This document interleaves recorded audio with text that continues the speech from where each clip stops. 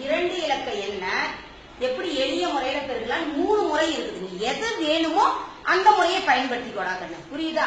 இப்ப கவனி. இப்ப இந்த 5 நமக்கு தேவையில்லை. நேற்று ஒரு இலக்க எண்ணால எப்படி பெருக்கணும்னு சொல்லி கொடுத்த ஞாபகம் இருக்கா? அதே முறைதான்.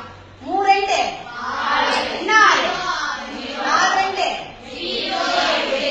அடுத்தது என்னால பெருக்கிக்கணும்? 5ஆவது 3 5 15 எங்க போடணும்? இங்க போடணும். புரியுதடா கண்ணு? அடுத்தது 4 5 20. இது எப்படி போடுறதுன்ற ஒரு குழப்பம் வரும். நல்லா கவனி. இந்த மூளை விட்ட மாதிரி வருது. எப்படி இந்த டயகனலுக்கு நேரா வரணும். வந்துருச்சுன்னா கரெக்டா வரும். 5 கூட்டினா 6 1 8 2 கூட்டினா 10க்கு மீதி என்னது? ரைட்டா? அதே மாதிரி இன்னொரு முறையிலையும் பெருக்கலாம். இப்ப கவனிட இதுல நல்லா கவனிடாக்கன்னு முதல் இங்க இருக்கக்கூடிய 1ஆம் ஸ்தானமும் 1ஆம் ஸ்தானமும் 3 5 15க்கு மீதி. அடுத்தது 10ஆம் ஸ்தானமும் 10ஆம் ஸ்தானமும் 4 2 8. ரைட்டாடா?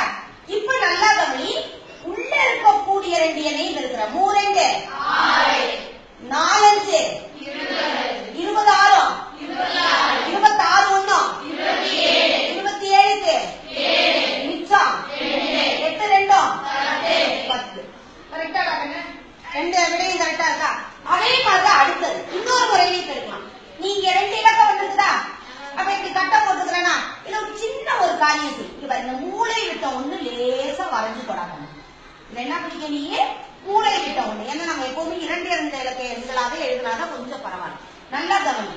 4 2 என்ன 8 0 8 4 5 20 3 2 0 6 3 5 கொஞ்சம் கூட்டுறத கரெக்டா கூட்டணும். இப்ப இது இருக்கிற இந்த கோடு வருதா? இந்த கோடை வேணும்னா நீ என்ன பண்ணிக்க? அப்படி எக்ஸ்டெண்ட் பண்ணிக்க. புரியுதா? புரிஞ்சுக்கிறதுக்காக. இப்ப இங்க 5 மட்டும் தான் இருக்குது. அடுத்து 6 1 அடுத்தது 8 2 10க்கு மிச்சம் 1 0 கூட்டினா வந்துருச்சாடா ஆன்சர்?